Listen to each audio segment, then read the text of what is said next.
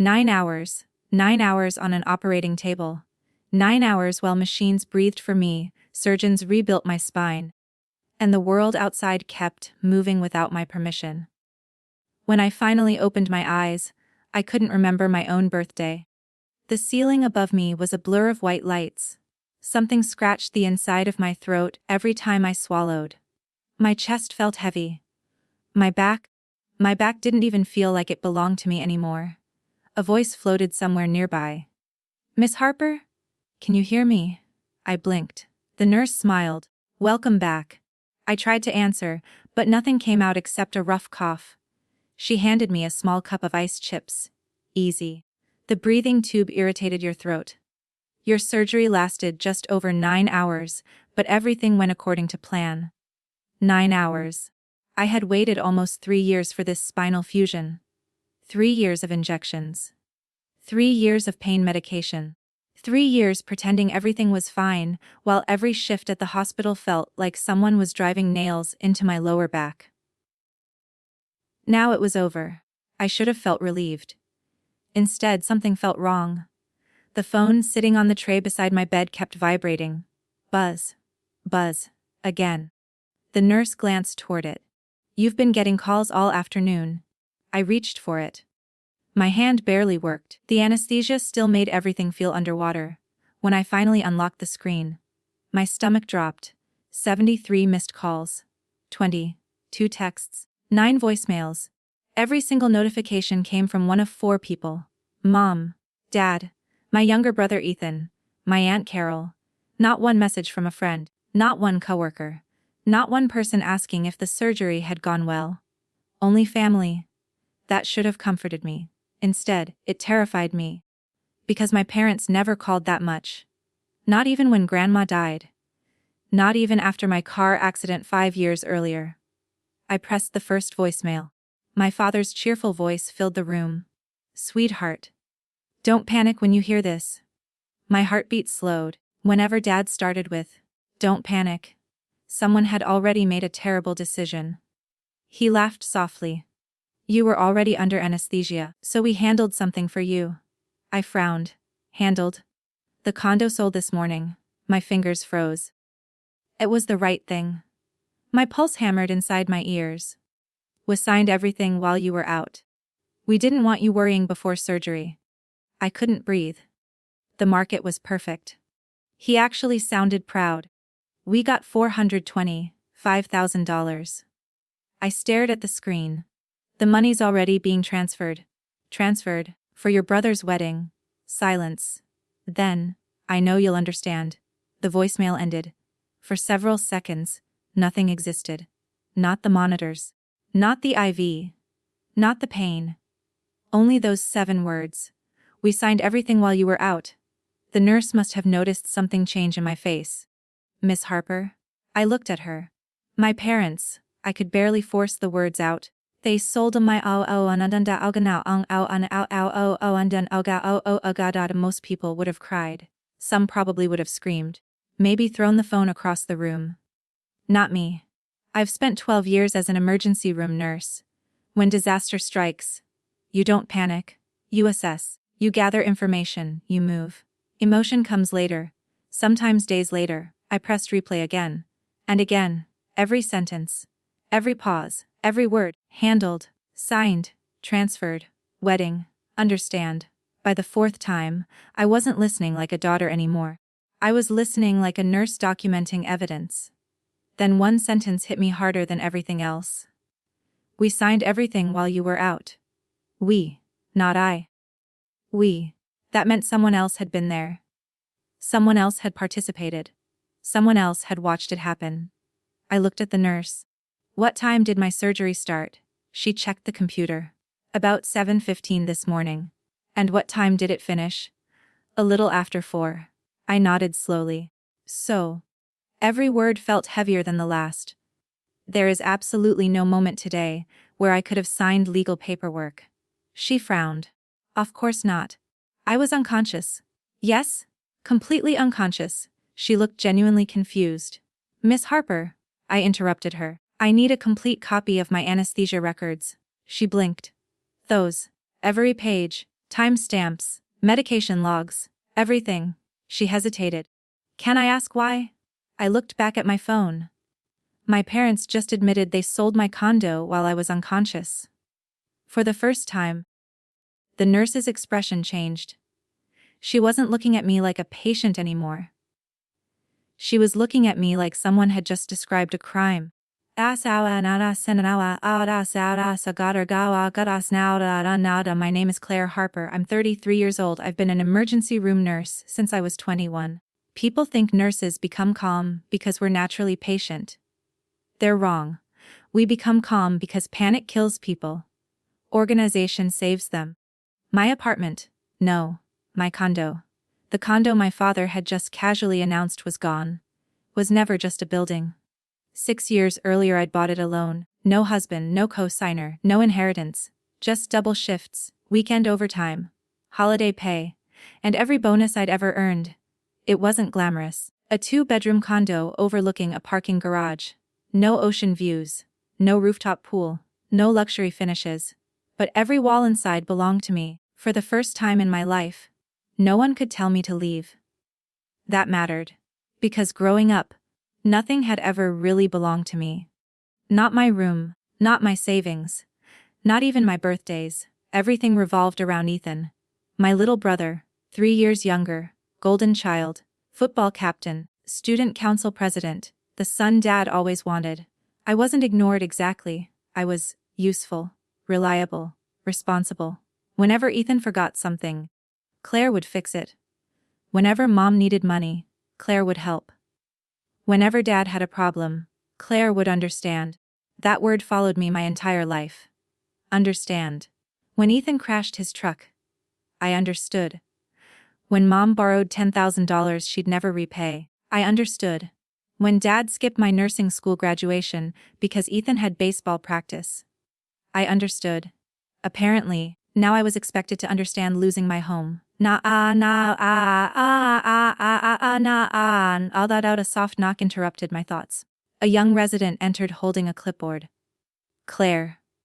I nodded. Your surgeon wanted me to check on you. He looked over the monitors. Pain level, 7. Nausea, a little. Then he noticed my phone still clutched tightly in my hand. You okay? No. He waited. My parents sold my condo today. He laughed politely. I mean emotionally. I know. He stopped writing. They sold it. He looked confused. During surgery. Silence.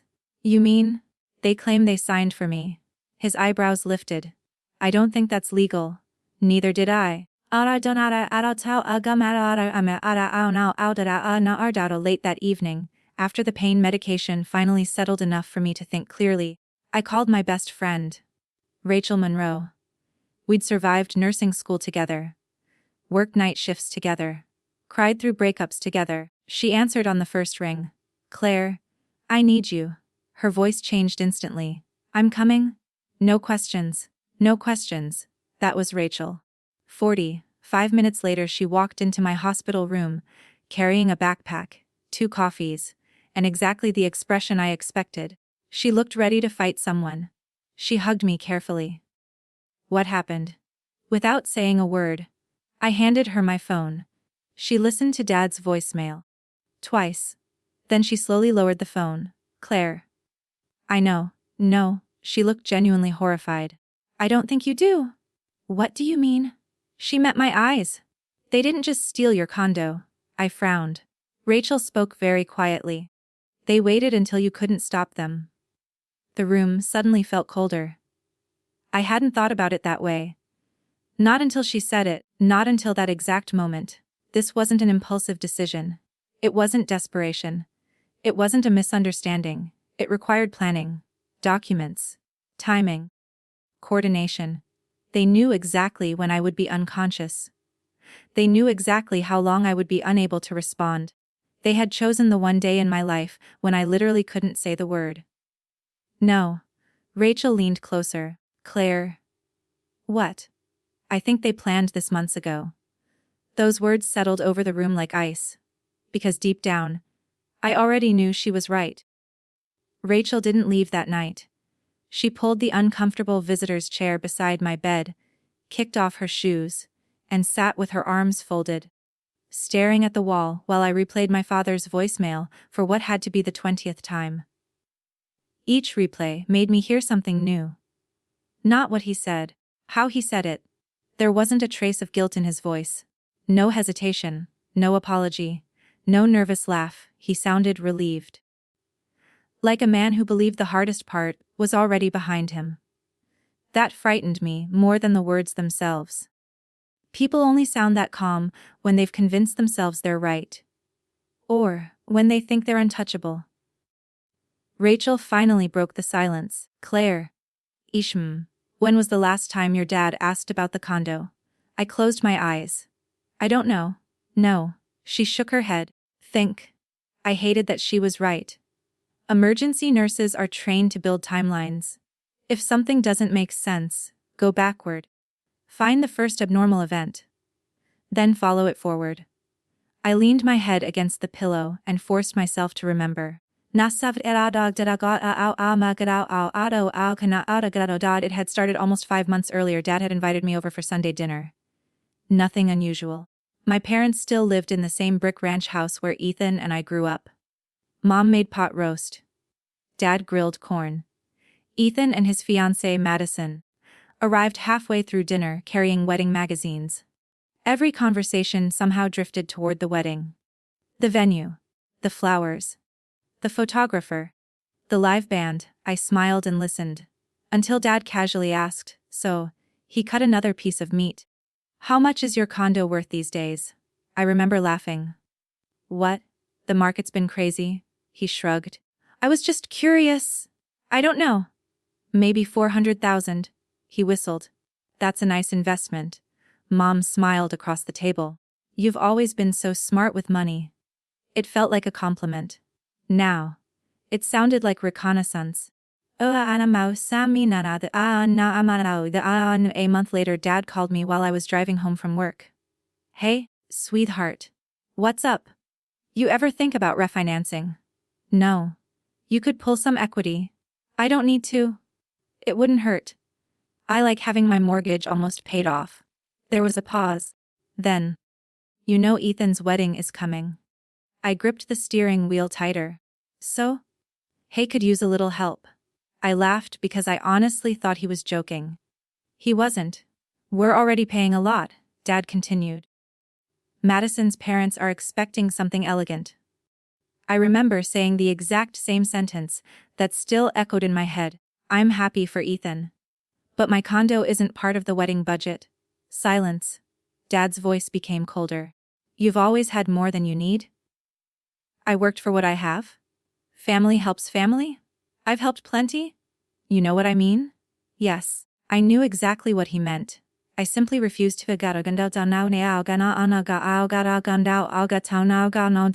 Rachel listened without interrupting. When I finished, she leaned back. So he tested you? What? Hay asked nicely. I frowned. When you said Noel, she looked directly at me. He didn't stop wanting the money. The room became very quiet. Because that wasn't speculation anymore. That was exactly what had happened. 3 weeks after that conversation, something else happened. Something I'd completely forgotten until now. My bank called me. A fraud specialist. Mems Harper? Yes. We've noticed someone attempted to access your home equity information. My stomach tightened. I didn't? I know. They failed our security questions? Who was it? I'm sorry? We can't disclose that. I thanked her and hung up. At the time, I assumed it was Randan Ardezanagam. A soundao. Rachel rubbed her forehead. They were already looking. I nodded slowly. They knew how much equity you had, apparently. They knew exactly how much they could get. I swallowed. The more pieces we uncovered, the picture became the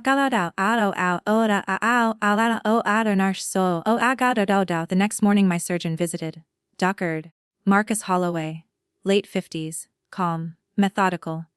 Exactly the kind of man you want rebuilding your spine. He smiled after checking my incision. Everything looks excellent. I wish I could say the same. Rachel handed him the phone. I think you should hear this. He listened quietly. When it ended, he didn't speak for several seconds.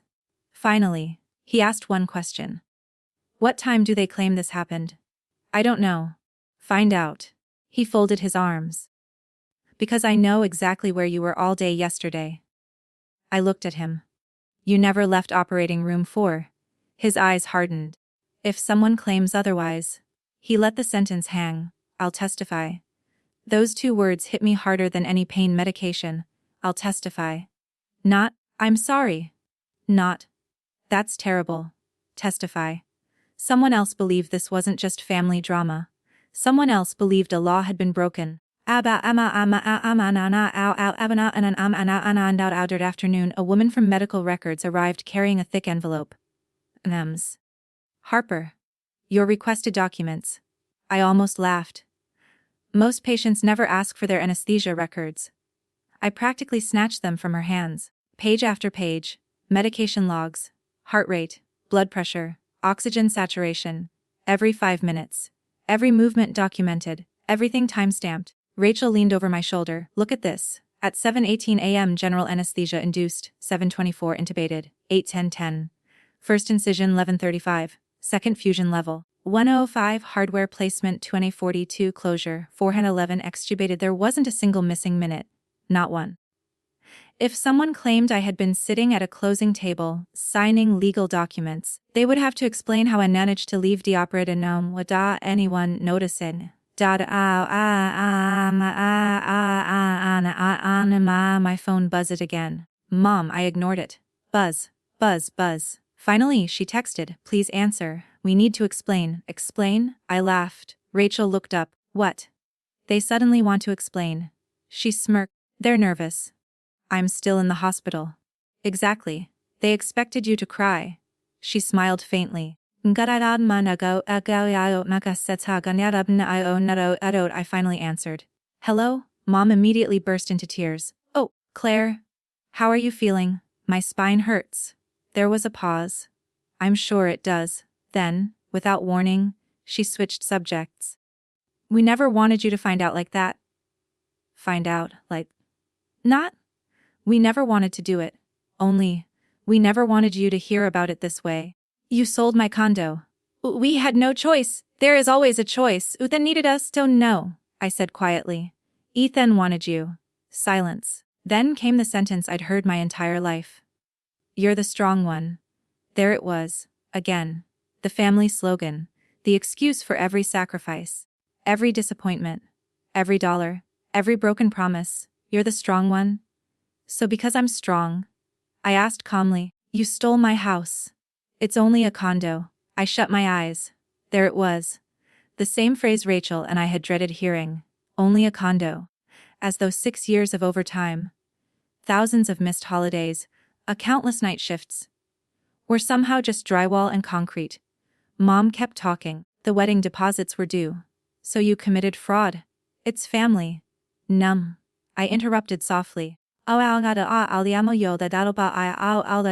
She gasped. Claire, how can you say that? Because that's what it is. You'll understand later? No. I replied. I understand perfectly. Then, before hanging up, I asked the only question that mattered. Who signed my name? The crying stopped. Completely. Silence. 20 seconds. 30. Finally, Dad's voice came onto the line. He'd been listening the entire time. You don't need to know. My pulse slowed. Not sped up, slowed, because innocent people answer simple questions. Guilty people avoid them. I'll ask again. Silence. Then Dad spoke. It was handled legally. By whom? Another pause. Then, our attorney arranged everything. Attorney, not a name. Just enough information to sound legitimate. Just vague enough to avoid accountability. Before I could ask another question, he ended the call. Rachel looked at me. They're lying? I know. No, she pointed toward the anesthesia records. They don't realize these exist. I looked down at the timestamps. Every 5 minutes, every medication, every heartbeat, every breath. Suddenly, a memory surfaced. During nursing orientation years ago, one of the hospital lawyers had given a lecture. He'd said something that everyone laughed about. Operating rooms are the worst places to fake an alibi. At the time, it sounded like a joke. Now, it sounded like prophecy. That evening, after Rachel finally convinced me to eat something, she opened her laptop. So, what now? I stared at the ceiling. I call an attorney. She nodded. No. You call the best real estate fraud attorney in the state. I smiled for the first time in 2 days. Already thinking ahead. I know you. She grinned. You aren't trying to save the relationship anymore. She was right. Something had changed. The daughter who kept trying to earn her parents' approval had stayed unconscious in that operating room. The woman lying in this hospital bed wanted only one thing. The truth. And whoever had forged my name was about to learn something my parents had forgotten years ago. Emergency nurses don't quit when things get difficult. We get quieter. More organized. More dangerous. I reached for a legal pad from the bedside table. At the top of the first page I wrote 4 words. W binnen ifis efram tim heis. Then I underlined them twice. Because somewhere, beyond my parents, beyond Ethan, beyond the wedding, someone had made money. And people who make money from fraud almost always leave a trail. I intended to find every piece of it. Rachel arrived the next morning carrying 2 coffees and a thick legal pad. She took one look at the circles under my eyes and sighed. You didn't sleep. I made a timeline. She smiled. Of course you did. I slid the notebook across the hospital bed. Every phone call. Every conversation. Every text message. Every strange question my father had asked during the last 6 months. Rachel read quietly. Finally she looked up. But they weren't improvising. By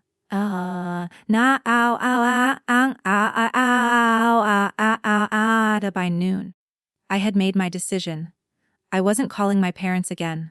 I wasn't arguing. I wasn't begging. If they wanted to explain themselves, they could explain it to an attorney.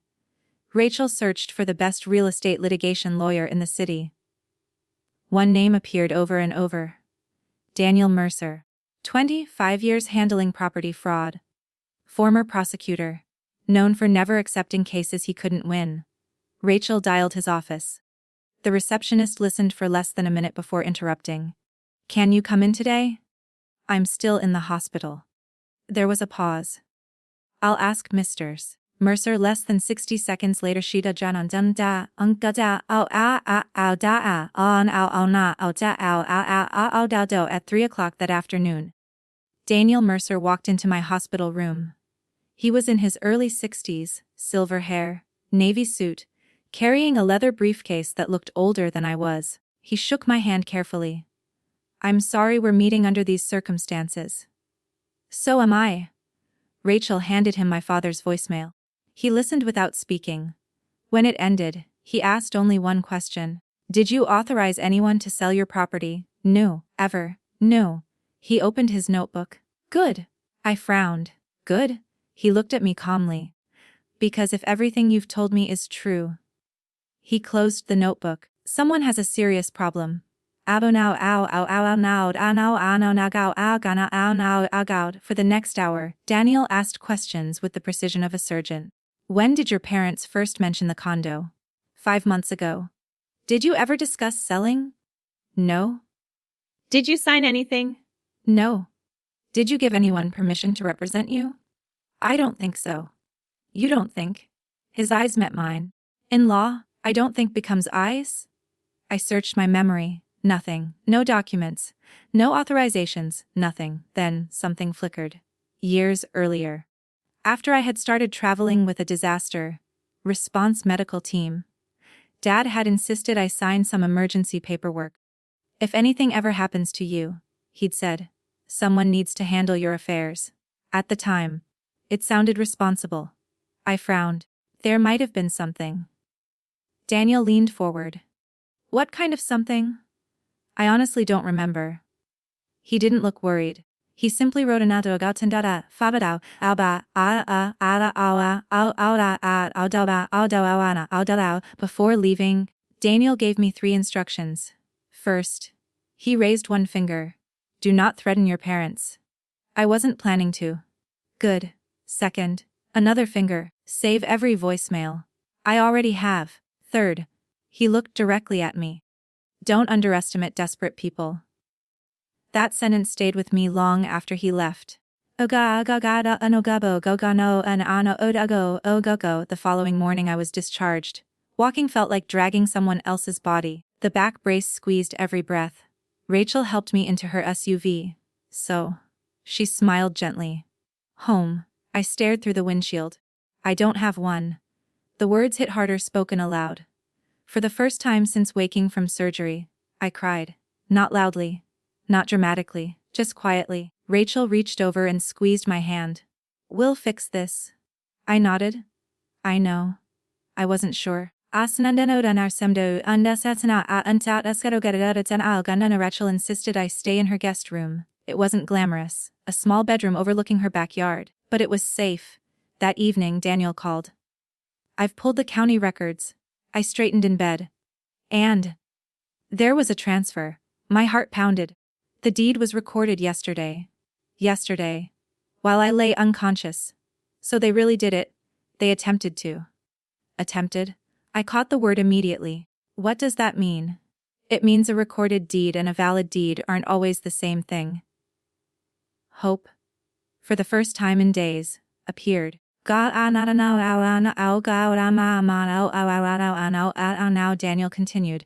I need to see the closing package. Can get it. I'm already working on it. He paused. I also need to know who bought your condo. I assumed some stranger. I never assume. Neither did I. The answer arrived 2 days later. Daniel called just after breakfast. I found the buyer. I grabbed the phone. Who? Silence. Then, I believe you know him.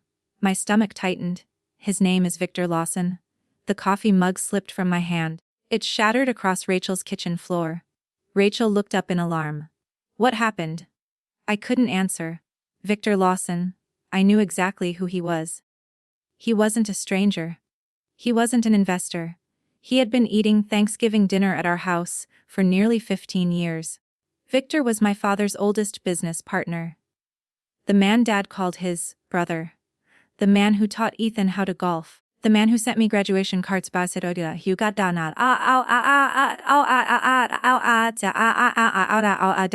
Daniel kept talking. The sale price was $325,000. What? You said the condo was worth approximately $425,000. Yes. Then someone sold it $100,000 below market value. I couldn't process it. Rachel slowly sat beside me. So, she whispered. Your father sold your condo? To his best friend. I nodded. For $100,000 less than it was worth. Neither of us spoke. There was only one logical explanation. This wasn't an ordinary sale. Someone had wanted the property to move, fast. That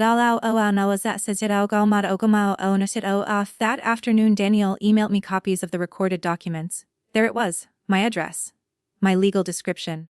My name. A signature, my signature, except it wasn't mine. At first glance, it looked convincing, close enough that most people wouldn't notice.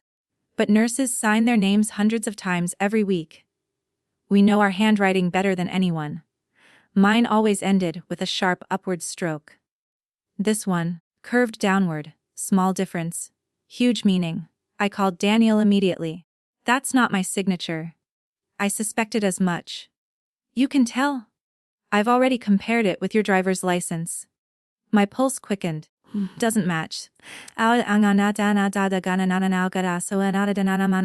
the first time, Daniel sounded almost optimistic. Claire. Yes? I think we're asking the wrong question. What do you mean? We've been asking who signed your name. He paused. I want to know who believed they could. That night I couldn't stop thinking about Victor Lawson. Why him? Why not sell the condo publicly? Why below market? Why so quickly? Then another memory surfaced. 3 months earlier, I had stopped by my parents' house unexpectedly. Dad and Victor had been in the garage.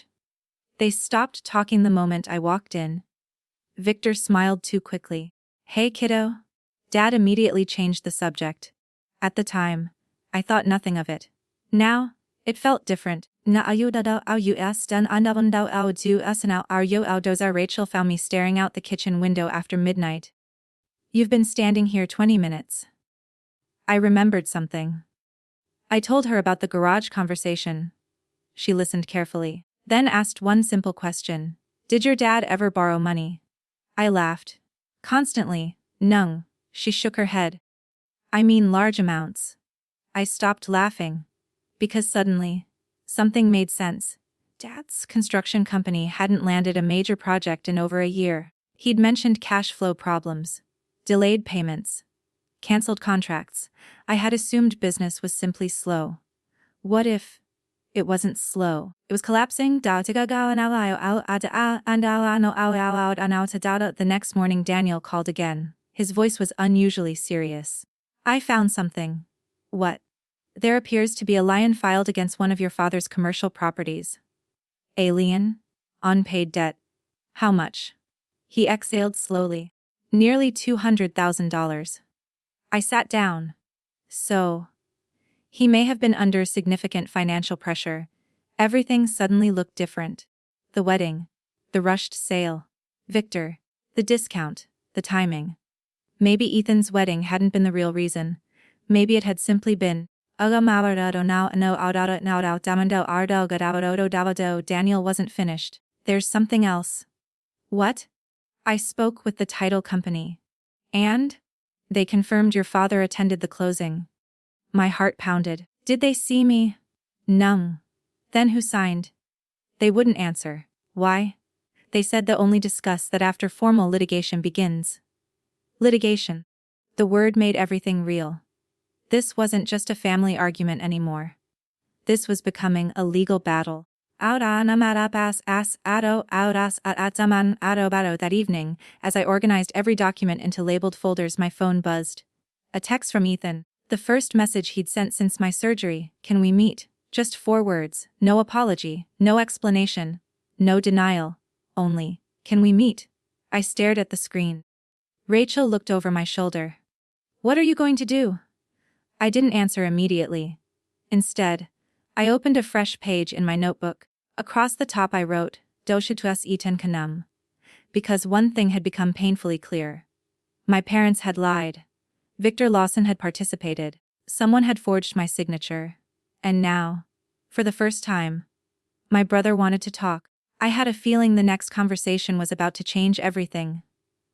Great. Here's the beginning of part 2, as an original continuation of Claire Harper's story. My parents sold my I-4,5K condo while I was under anesthesia. Then the whole family watched it. Unravel Part 2a, the brother who knew and more. Then Haidt admitted I didn't answer Ethan's text immediately. For almost an hour, I just stared at it. "Can we meet?" 4 words, no apology, no explanation. No. "How are you feeling after surgery?" Just those 4 words. Rachel watched me from the kitchen island while pretending to read a magazine. "You already know you're going." I sighed. "I do." "Why?" "Because people don't suddenly ask to meet unless something has changed." Rachel nodded. "Or, unless they're scared." That thought stayed with me. Scared? For the first time since waking up from surgery, I wondered if Ethan was found as a damage our parents had done.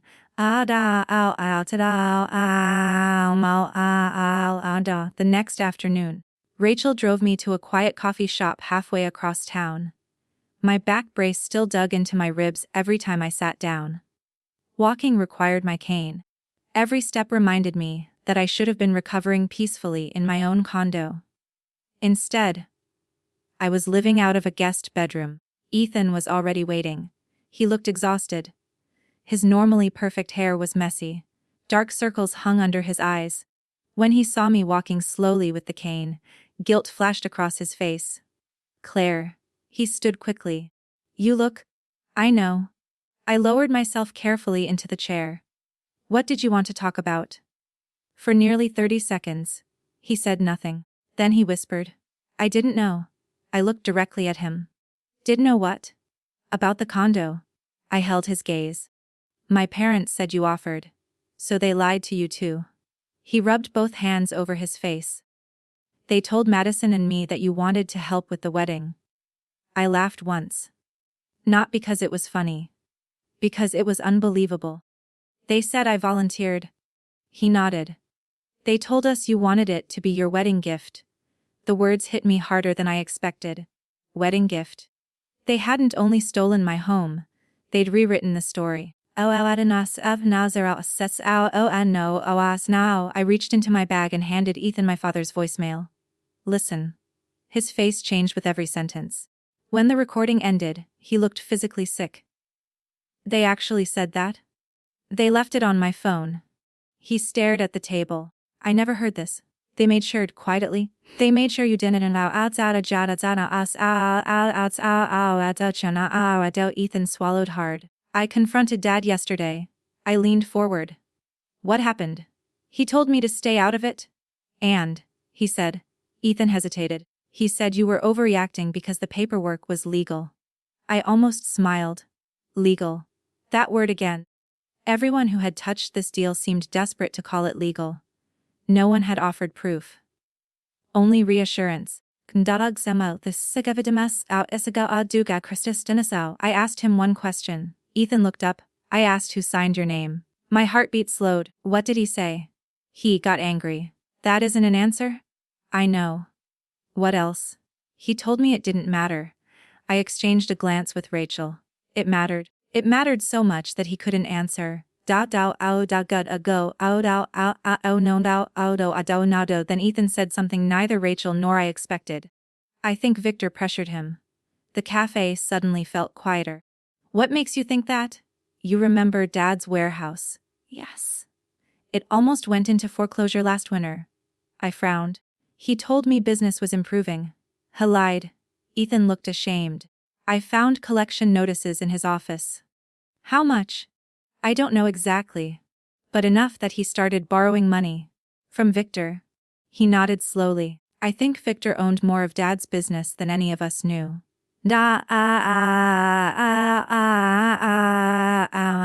Pieces that had never fit together suddenly began connecting. Victor wasn't just Dad's oldest friend, he was also his largest creditor. Which meant selling my condo may never have been about helping Ethan. It may have been about paying Victor before everything collapsed. The wedding simply gave them a believable excuse. That evening I called Daniel Mercer. He listened carefully while I repeated everything Ethan had told me. When I finished, he remained silent for several moments. Finally he spoke. Claire. Yes? I think we've been looking at only half the picture. What do you mean? If Victor loaned your father money, then Victor had a financial motive. So did Dad. Exactly. And when two people both profit from the same fraudulent transaction. He paused. Their stories usually fall apart. The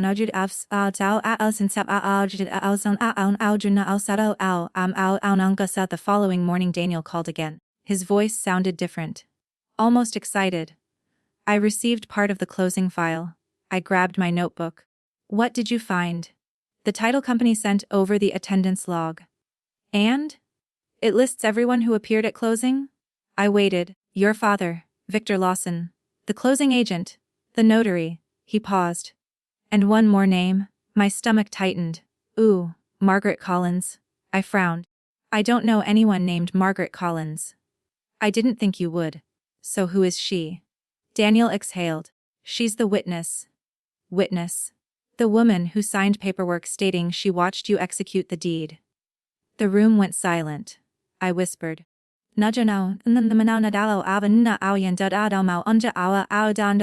Rachel slowly lowered her coffee cup. So now there are two possibilities. I looked at her. What? Either someone impersonated you, or someone lied under oath. Daniel answered before I could. Possibly both. For the first time since this nightmare began, I felt something I hadn't allowed myself to feel. Confidence. Not because I knew I'd already won, but because every answer uncovered another lie. And lies are difficult to maintain, especially when several people have to remember the same version. Eventually, someone forgets. Someone contradicts themselves. Someone panics. Daniel interrupted my thoughts. I've filed an emergency request to preserve all security footage from the title office. I blinked. They have cameras, most do. My pulse quickened. If that footage still exists. He smiled. The V may find out exactly who walked into that office pretending to be Claire Harper. For the first time in days, I wasn't thinking about what my parents had stolen. I was thinking about what they had overlooked. Because criminals often plan for documents. They rarely plan for cameras. And somewhere, on a security drive they didn't even know existed, the truth might still be waiting. For 3 days, nothing happened. At least, that's what it looked like. Daniel warned me not to mistake silence for inactivity. Most legal cases, he told me, are won before anyone steps into a courtroom. While I recovered from surgery, he was sending preservation notices, subpoena requests, and document demands to everyone connected to the sale. The title company, the county recorder, the notary, Victor Lawson, even my parents. Every letter carried the same message. Do not destroy, alter, or remove any records related to this transaction. If they ignored that warning, it would become another problem for them later. Rachel drove me to Daniel's office the following Monday. Walking was getting easier. The pain was still there, but now it felt like healing instead of breaking. Daniel greeted us with a rare smile. I have something. He slid a flash drive across the conference table. Security footage. My heart skipped. They still had it. They keep recordings for 90 days. I stared at the tiny drive. Weeks of fear, months of planning by my parents, could all unravel because one security camera had quietly done threats out on now. Daniel dimmed the lights. The footage began. A timestamp appeared, 9:41 a.m., exactly while I was still in surgery. The lobby of the title office looked ordinary. People walking in, agents greeting clients. Nothing unusual. Then, the front door opened. Victor Lawson entered. My father followed. Neither looked nervous. Dad was even smiling. They look comfortable, Rachel whispered. They've done business together before, Daniel replied. The video continued. They checked in at the front desk. The receptionist led them into a conference room. Then, a third person arrived. A woman, mid-40s. Brown hair, dark sunglasses. She kept her face turned away from the camera. Is that me? I asked. No. Daniel paused the video. Watch her. She walked with complete confidence. Not like someone recovering from spinal surgery. Not like someone who had spent 9 hours under anesthesia. She wasn't using a cane. She wasn't wearing a hospital wristband. She wasn't even close to my height. I'm 5'9", I whispered. She's barely 5'3". Rachel folded her arms. So they didn't even find someone who looked like Gar.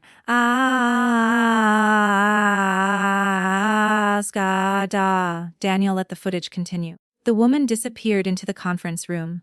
42 minutes later, she walked out, still avoiding the cameras. She got into a gray SUV and left. Daniel froze the license plate.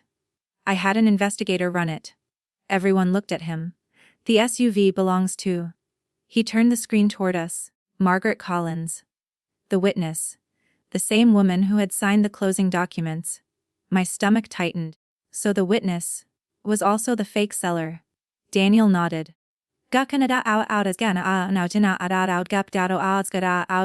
Rachel shook her head in disbelief. She witnessed herself. It happens in fraudulent transactions, Daniel said. They assume no one will ever look closely. Then Daniel opened another folder. I also interviewed the notary. I looked up quickly. You found him? He was very cooperative. What did he say? Daniel hesitated. He admitted something unusual. The room fell silent. The closing was rushed. How rushed? According to him. Your father insisted they finish before noon? Why? He didn't know. Daniel slid another paper toward me. He also remembered that the woman signing your name barely spoke. Rachel frowned. Barely. He said every question directed toward her. Daniel tapped the document. Was answered by I closed my eyes. That single detail explained everything. The impersonator didn't know anything about me. She didn't know my birthday. She didn't know how much I paid for the condo. She didn't know my middle name. Daniel leaned back. I believe your father made a mistake. Only one. He smiled faintly. The biggest one. He pointed at the timestamp.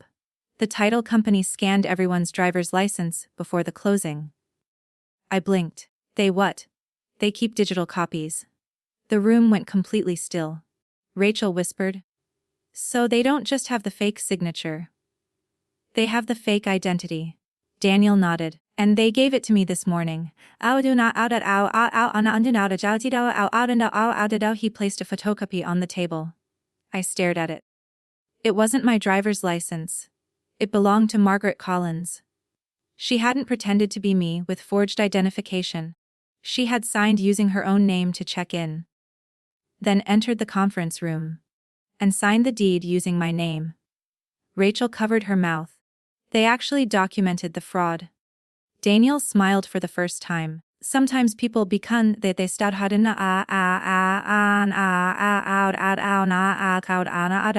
just as we began discussing the next steps. Daniel's assistant knocked on the door. Mr. Mercer? What is it? Someone's here asking for Claire. I frowned. Ooh. She looked at the visitor log. Victor Lawson. Every muscle in my body tightened. He came here. She nodded. Says he wants 5 minutes. Daniel didn't even hesitate. No. The assistant nodded and left, but before the door closed, a familiar voice echoed down the hallway. Claire. Victor. I just want to explain. Daniel stood immediately. You stay here. He stepped outside and shut the conference room door behind him. Rachel and I could hear raised voices through the wall. Not every word. Only fragments, represented by counsel. Don't contact my client Lut. You don't understand. Then, silence. Daniel returned 5 minutes later. He left. What did he want? He claimed he believed everything was legal. I laughed bitterly. As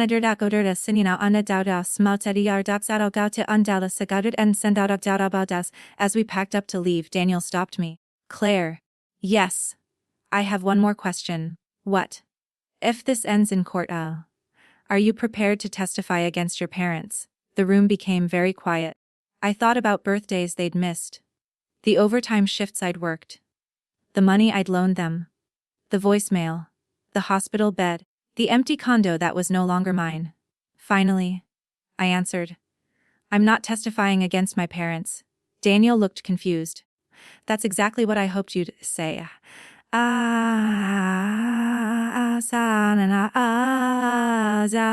That night, as Rachel and I drove home, my phone buzzed again. Unknown number. I almost ignored it. Instead, I answered. Hello. A woman's voice whispered into the receiver. My name is Margaret. Every hair on my arm stood up. I need to meet you. I gripped the phone tighter. Why? There was a long pause.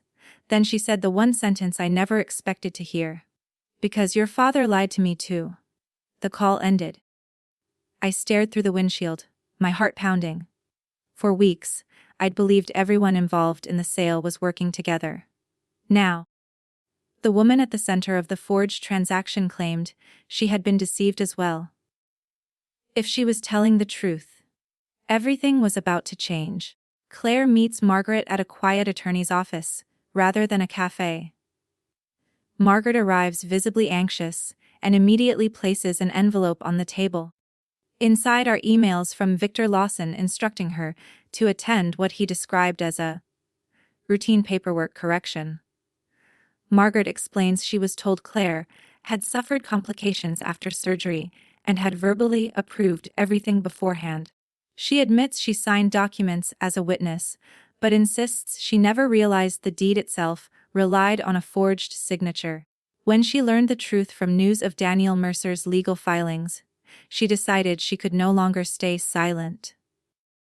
Daniel carefully reviews the emails. They don't excuse Margaret's actions, but they reveal something critical. Victor had orchestrated the closing and repeatedly reassured everyone that Claire had already agreed. Using those communications, Daniel obtains additional financial records. They reveal that the proceeds from the condo sale did not go toward Ethan's wedding. Instead, large portions were immediately transferred to satisfy overdue business debts and personal obligations connected to Victor and Claire's father. When Ethan sees the records, he's devastated. For the first time, he realizes his wedding had been used as a convenient excuse to justify something far larger. A few weeks later, mediation is scheduled before the civil case reaches trial. Claire walks into the conference room, still recovering from surgery. Wearing her back brace beneath a simple blazer. Across the table sit her parents, Victor, and their attorneys. Daniel calmly presents the timeline. The hospital records establishing Claire was under general anesthesia. The operating room timeline. The security footage showing another woman entering the closing. The mismatched signatures. Financial transfers contradicting the family's explanation. Emails demonstrating Victor's central role in arranging the transaction. One by one, the explanations unravel. Claire's father first insists he believed everything was properly authorized. Minutes later, he admits he never actually spoke to Claire about the final paperwork. The contradiction hangs in the room. Victor attempts to shift responsibility to the title process, but the documentary evidence shows he initiated key communications. The mediator eventually pauses the proceedings and strongly encourages settlement, noting the substantial evidence supporting Claire's claims. Rather than prolong the litigation, the parties reach an agreement. The fraudulent deed is set aside, title to the condo returns to Claire, and financial compensation is arranged for the losses caused by the attempted transfer and the period she was displaced. Separate legal and professional consequences remain for those involved in the fraudulent transaction. Months later, Claire finally unlocks the front door of her condo again. Dust covers the windowsills. The rooms are empty, but they're hers. She walks slowly from room to room. Resting one hand against the living room wall, she painted years earlier, after working 6 consecutive night shifts to afford the renovations. Rachel arrives carrying pizza. "You made it home," she says with a smile. Claire nods. "It took longer than I expected." That evening she receives one final message from her father. It isn't an apology. It's only a short sentence. "I wish I could change what happened." Claire reads it once, then places the phone face down. Some things can be repaired. Trust isn't always one of them. She doesn't answer. Instead, she opens the balcony door and watches the sunset over the neighborhood she fought so hard to return to. For the first time since waking up in the hospital, the silence doesn't feel lonely. It feels peaceful. If this story kept you hooked from beginning to end, don't forget to like this video, subscribe, and turn on the notification bell so you never miss another unforgettable story of family betrayal, hidden secrets, and shocking karma. Share your thoughts in the comments below. What would you have done if you were in Claire's place? Thank you for watching The Family Conspiracy, where every story reminds us that the truth has a way of coming to light. No matter how deeply it's buried, until next time, stay curious, stay strong, and remember, every family has secrets, but not every secret stays hidden.